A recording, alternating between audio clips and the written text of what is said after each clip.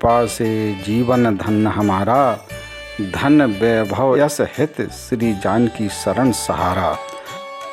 शिक्षक वृंद मिले उन्नत, मिला विद्यालय प्यारा, गाऊं अब श्री राम भजन जीवन बारूं सारा। होता तो खुशी की कीमत न होती, अगर मिल जाता सब कुछ चाहने से तो दुनिया में ऊपर वाले की ज़रूरत न होती। खामोशियाँ भी बहुत कुछ कह जाती हैं, अधूरी बातें भी सुकून देकर जाती हैं। हर इंसान की अपनी कहानी होती है, कोई यादों में बन जाता है तो कोई साथी बनकर निभा जाता है।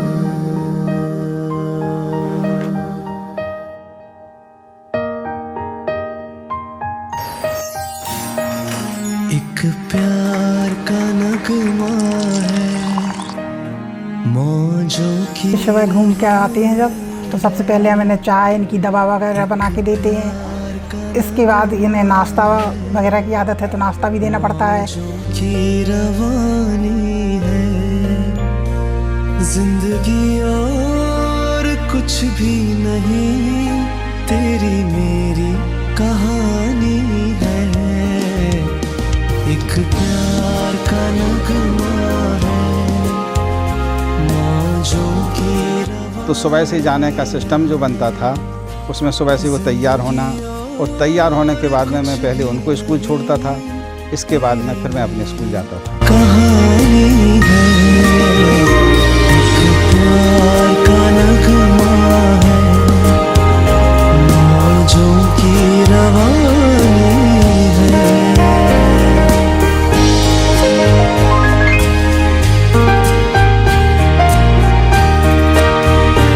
तू धार है नदियाँ की, मैं तेरा किनारा हूँ, तू मेरा सहारा है, मैं तेरा सहारा हूँ।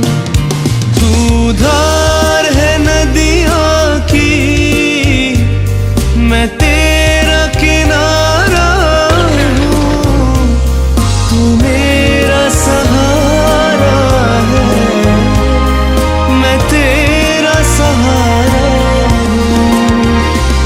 आँखों में समंदर है, आशाओं का पानी है, जिंदगी और कुछ भी नहीं, तेरी मेरी कहानी है। एक प्यार का नगमा है मौजों की रवानी है।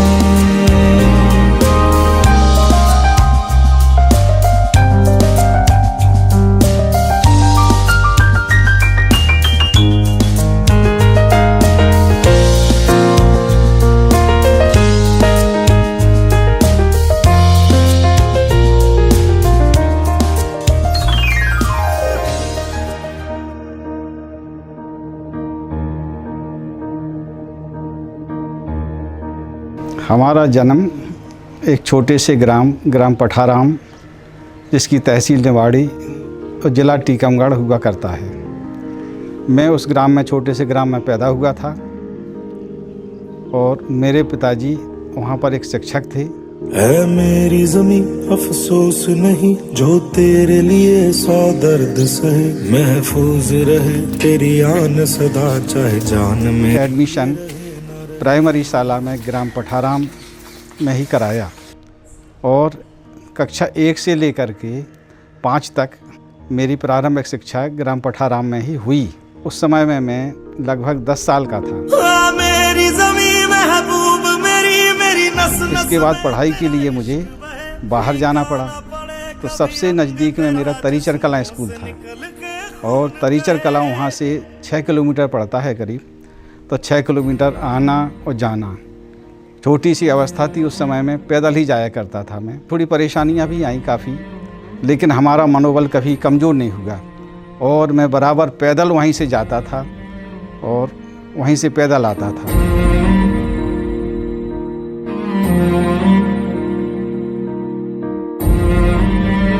मैं 5 बजे जागना, 7 बजे तक पढ़ाई करना और उसी बीच में होमवर्क भी करना, 8 बजे तैयार होना और तैयार होकर सीधा जो है नहा धो के 9 बजे स्कूल के लिए निकल जाता था। तेरी मिट्टी में मिल जावा गुल बन के। बरसात में भी बड़ी परेशानियां आती थी वहाँ पर, कीचड़ है, पगडंडी रास्ता है दिल की आरज़ू। 4:30 के बाद जब वहाँ से वापस होता था तो फिर पुनः 1.5 घंटा हमें लगता था वहाँ पर और करीब 6 बजे मैं जो है अपने घर पहुँचता था।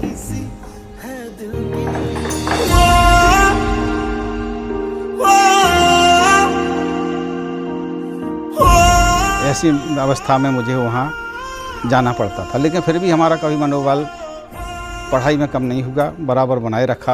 आबाद रहे वो गांव मेरा जहां लौट के वापस जा न सका। तेरी मिट्टी में मिल जावा गुल बन के मैं खिल जावा, इतनी सी है दिल की आरज़ू। तेरी नदियों में बह जावा, तेरे खेतों में लहरावा, इतनी सी। और इसी प्रकार से मेरा जो है 11वीं तक तरीचर कला में अध्ययन रहा। मैं वहाँ कोई हाई सेकेंडरी ही था, कॉलेज कोई था नहीं। इसके बाद में सबसे नज़दीक में निवाड़ी में ही कॉलेज हुआ करता था, तो वहाँ से फिर मेरा कॉलेज के लिए एडमिशन हुआ और वहाँ से फिर मैं साइकिल से यहाँ पर निवाड़ी आया जाया करता था। तो करीब यहाँ से 20 किलोमीटर आना, 20 किलोमीटर जाना प्रतिदिन चलता था। इस प्रकार से हमारा ग्रेजुएशन हुआ। शादी के पहले मैं पोस्टेड हो गया था। मेरी पहली नौकरी वेटनरी में टीकमगढ़ में लगी थी, तो वहाँ मैं कुछ समय रहा और वहाँ के बाद में फिर मेरी टीचरशिप में नौकरी लगी।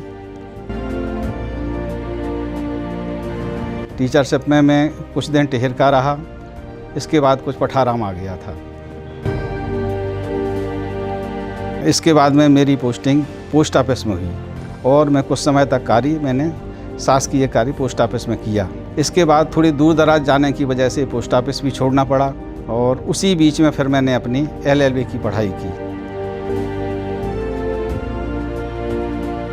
पढ़ाई करता रहा और जो टीचरशिप की जो पूर्व में नौकरी की थी उसके लिए फिर मैंने कोर्ट का दरवाज़ा खटखटाया, हाई कोर्ट गया। हाई कोर्ट से हमें सफलता नहीं मिली, फिर मैं सीधा सुप्रीम कोर्ट गया और सुप्रीम कोर्ट से मुझे सफलता मिली। उसके बाद मेरी पोस्टिंग हुई, तो मेरी पोस्टिंग हायर सेकेंडरी क्रमांक 2 में हुई।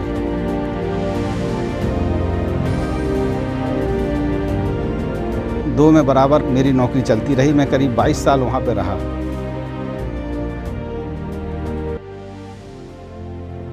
फिर मेरा स्थानांतरण चुरारा के लिए हुआ, मेरी पदोन्नति हुई, तो मैं शासकीय model high secondary school Niwari आ गया।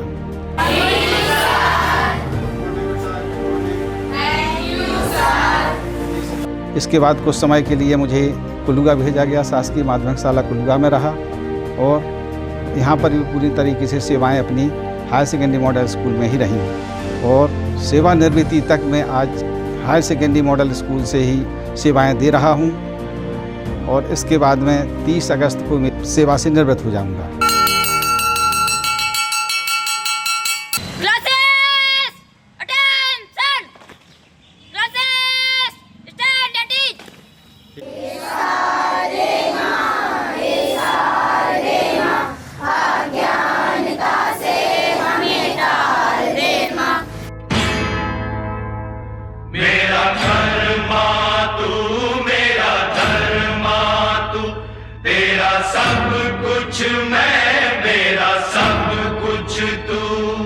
उनके साथ जो भी व्यवहार रहा है वो बहुत ही सौहार्दपूर्ण और प्रेम प्रिय व्यवहार रहा है। उनकी कार्यकुशलता, आपस में सामंजस्य बिठाने की स्थिति बहुत अच्छी रही है। कार्य करने का ढंग, विद्यालय में उपस्थिति काबिल तारीफ है।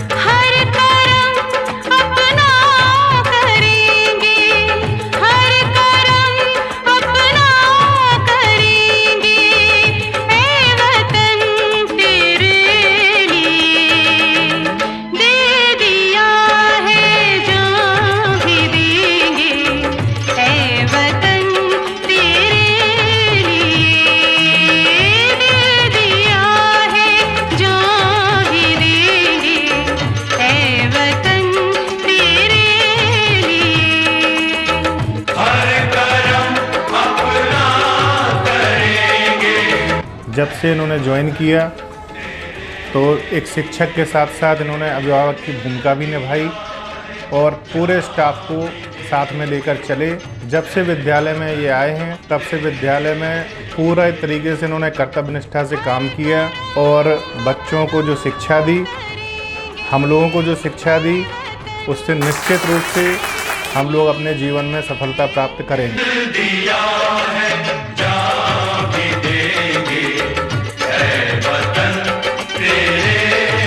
हरे सर जी हम सबकी सीनियर हैं और मुझे अभी आए हुए कुछ ही समय हुआ है और जब मैं यहाँ आई थी तो मुझे काफ़ी नर्वसनेस थी कि कैसा माहौल होगा, नई जगह है, कैसे वहाँ मैनेज करूँगी। क्योंकि पहले ही दिन से सर का मुझे बहुत सहयोग रहा है परिवार के एक बड़े सदस्य के रूप में। जैसे एक माता पिता अपने बच्चों को सहेज कर रखते हैं, सारी चीज़ें हमेशा बताते हैं कि बेटा ऐसे आगे बढ़ो हो, ऐसे आगे कार्य करना है आपको, ठीक वैसे ही सर के माध्यम न केवल मुझे बल्कि हम सभी को इस तरह मार्गदर्शित करते रहे हैं और हम चाहेंगे कि आगे भी सर हमें इसी तरह मार्गदर्शित करते रहें।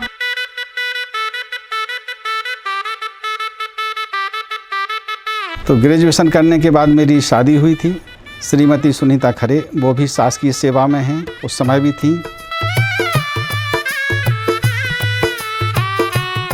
हम दोनों की जॉब निवाड़ी में रही, तो वहाँ से आकर के फिर मैं निवाड़ी शिफ्ट हुआ। सबसे पहले पोस्टिंग माध्यमिक शाला राजापुर में हुई थी, वहाँ करीब 15 साल उन्होंने सेवाएं दी। इसके बाद में उनका ट्रांसफ़र हरसमऊ के लिए हो गया, बाद में उनका ट्रांसफ़र शासकीय प्राथमिक पाठशाला ब्याटा में हो गया। आज से तेरी सारी गलियां मेरी हो गई, आज से मेरा घर तेरा हो गया। स्वभाव बड़ा ही पत्नी का सरल है। सरल स्वभाव होने के कारण से किसी भी प्रकार की घर में सभी प्रकार का सामंजस्य बिठाने में वो माहिर रहती हैं। सारी गलियां मेरी हो गई, आज से मेरा घर तेरा। इनका हंसमुख स्वभाव है, ये हमेशा चढ़ा कर ही काम करवा लेते हैं। बच्चों का भी स्वभाव कुछ ऐसा है कि वो हमें हमेशा खेल खेल में तंग करते रहते हैं, खिलाते रहते हैं और सारे काम लेते रहते हैं। ओ तेरे कांधे का जो दिल है, ओ तेरे सीने में जो दिल है। 10-11 के मैंने देखा है कि मैं तो सो जाता था, लेकिन ये जो है जाग करके बच्चों की पढ़ाई को देखती थी। तो बच्चों को बनाने में सबसे अधिक अहम भूमिका रही तो श्रीमती जी की ही रही। मेरे पिन कोड का नंबर आज से तेरा हो गया। बड़े बेटे का नाम डॉक्टर प्रांशुल खरे है। BMS करने के बाद में वो डॉक्टर है, तो उसका स्वभाव भी जो है बड़ा ही विनम्र है, सबसे मिलनसार है।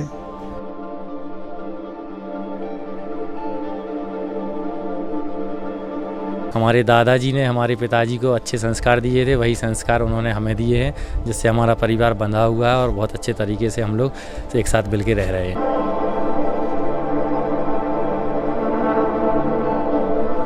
बड़े ही स्वभाव से सरल, परिवार को लेके एडजस्टमेंट वाली बहू मिली है। और वैसे मैं तो बहुओं को मानता ही नहीं हूँ, मेरे घर में तो बेटियाँ हैं, बेटी ही मान के चलता हूँ। पापा जी ने परिवार को हमेशा सही रास्ता दिखाया है and I feel very happy for being a part of this family. छोटा बेटा आयुष खरे, वो भी डॉक्टर है MBBS करने के बाद में। उसको हम प्यार से रिशु बुलाते हैं। उस स्वभाव से बड़ा ही शांत रहता है, लेकिन अपने काम में लगनशील रहता है, मेहनती भी है। गवर्नमेंट जॉब में वर्तमान में है। उसकी शादी अभी इसी वर्ष हुई है। उसकी पत्नी भी गवर्नमेंट जॉब में है और दोनों ही बड़े ही सरल और सीधे स्वभाव के हैं। पापा के बारे में क्या कहें, ऐसे पापा लाखों में किसी को मिलते हैं, वो बहुत सौभाग्यशाली मैं हूँ। इन्होंने मुझे हर कदम कदम पर चीज़ें सिखाई हैं, जीवन जीने का रास्ते सिखाए हैं। इन जैसे माता पिता को पाके मैं अपने आप को बड़ा धन्य महसूस करता हूँ कि जीवन के सारे तरीके जीने के इनके द्वारा ही मुझे सिखाए जा रहे हैं।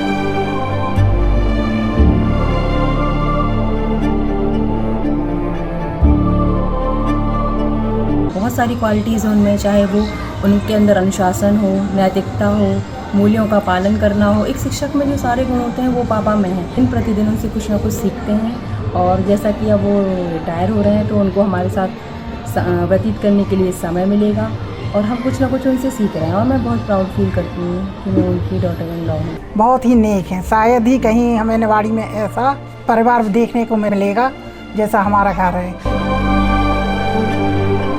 हमारी पोती भी है दर्शिका खरे, उसको हम प्यार से धानी बुलाते हैं।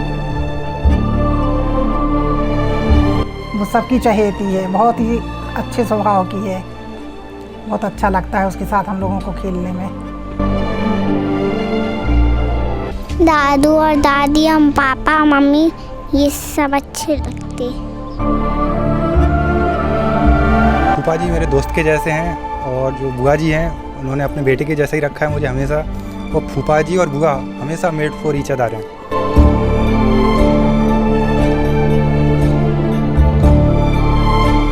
ईश्वर से यही प्रार्थना करते हैं कि हमारा परिवार इसी प्रकार से संगठित बना रहे और उत्तरोत्तर उन्नति करता रहे। यही हमारी जीवन की कामना है।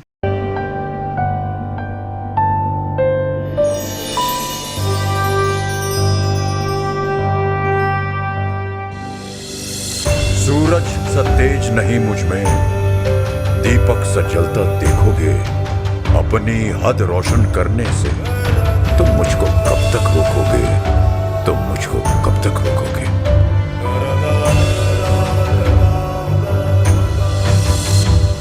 मैं उस माटी का वृक्ष नहीं जिसको नदियों ने सींचा है। मैं पत्थर पर लिखी इबारत हूं, शीशे से कब तक तोड़ोगे? मिटने वाला मैं नाम नहीं, तुम मुझको कब तक रोकोगे? तुम मुझको कब तक रोकोगे?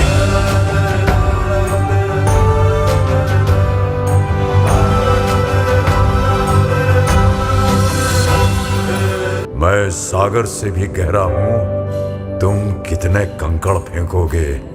चुन चुन कर आगे बढ़ूंगा मैं, तुम मुझको कब तक रोकोगे? तुम मुझको कब